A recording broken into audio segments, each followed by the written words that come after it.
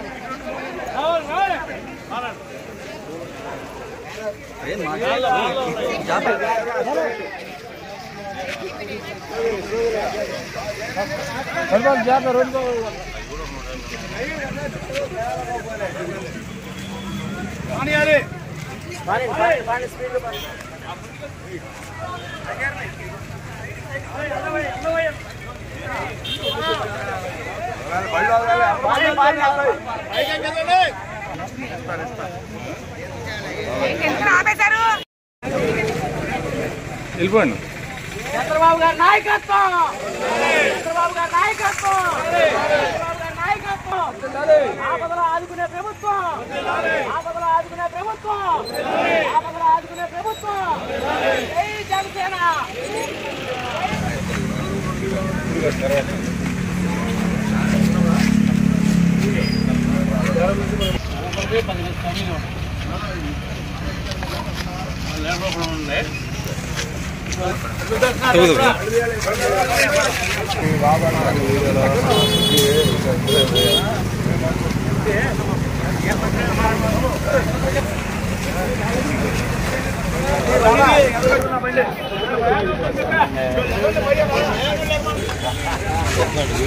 మీరు అవి చెప్పుకుని వెనకాల పడతాయి.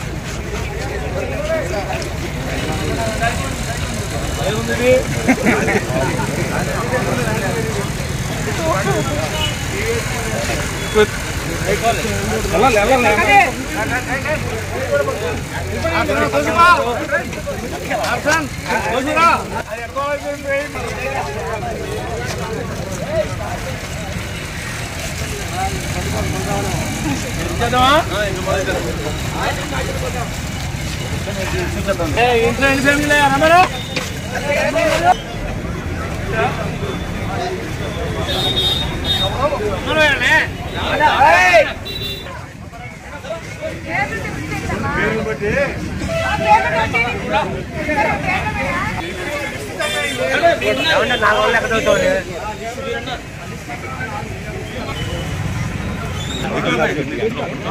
కార్డులు వచ్చిన లోపలికి వెళ్ళండి. ఒకటేనా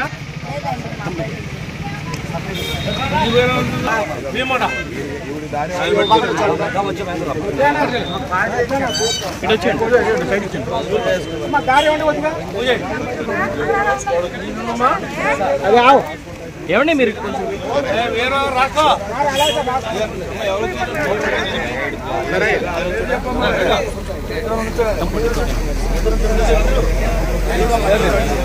ఓకే వచ్చాను.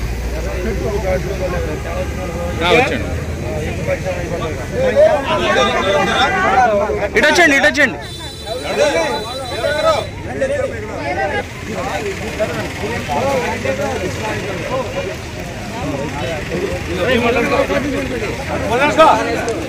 హలో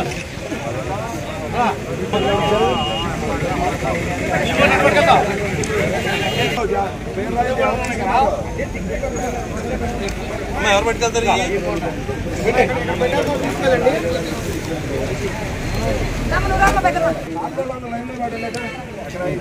ఎగబడిపోతే కాదు, లైన్లోనే ఎవరున్నారు? Okay sir.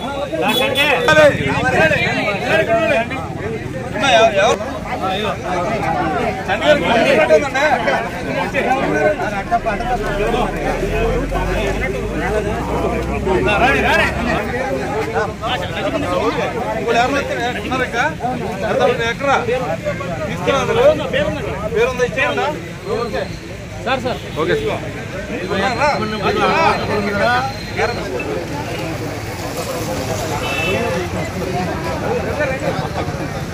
ఎవరు టైర్ ఇటు పడితే ఇటు చూసేస్తారు, ఇటు పడతా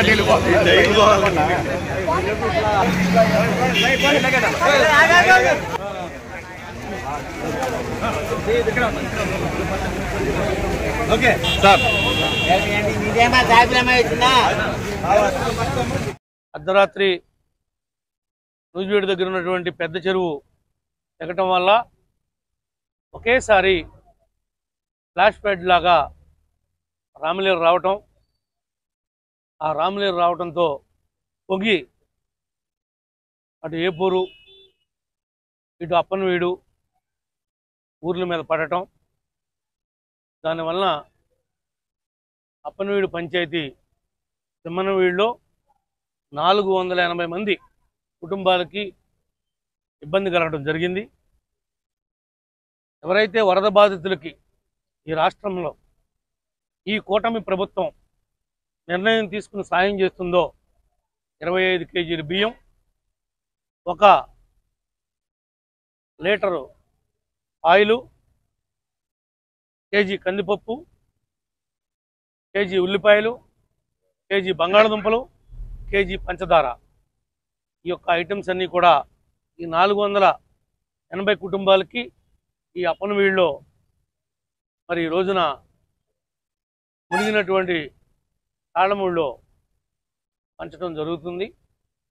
ఇదే కాకుండా ఈ మండలంలో ఇంకా 400 కుటుంబాలు, అది నాయుడుగూడెం పంచాయతీ కాజీగూడెంలో, సచ్చివోలు పంచాయతీ చిన్న సచ్చివోల్లో, గుడిపాడు పంచాయతీ రాళ్ళపల్లివారిగూడెంలో, అదేవిధంగా కొనికి దగ్గర 10 ఇళ్ళు, ఇట్లా గోగుంట్లో ఎస్సీ కాలనీ, ఇట్లా మునిగినటువంటి ప్రతి కుటుంబానికి కూడా ఏ ఒక్కరిని కూడా ముఖం చూడకుండా, పార్టీలు చూడకుండా, మా నాయకర్తలు కార్యకర్తలు చుట్టూతో తిరక్కోకుండా ఏ ఒక్కడు మాకు ఇస్తున్నారా మాకు రాశారా అని ఏ ఒక్కడు ఎవరిని అడగల. అందరూ కూడా స్వచ్ఛందంగా రాపించాం. ఎవరైతే నష్టపోయారో నష్టపోయిన వాళ్ళకి ఈ కూటమి అండగా ఉంటుంది. ఆనాడు ఎన్నికలకు ముందు ఏం చెప్పామో ఎన్నికలు అయిన తర్వాత కూడా అమలు చేసి చూపించాలంటే అది కూటమికే సాధ్యం తప్ప దొంగలకి కాదు, దొంగల పార్టీలకి కాదు అనేది ఇది స్పష్టమని చెప్పి కూడా ఈ సందర్భంగా మీ అందరికి కూడా తెలియజేస్తాము.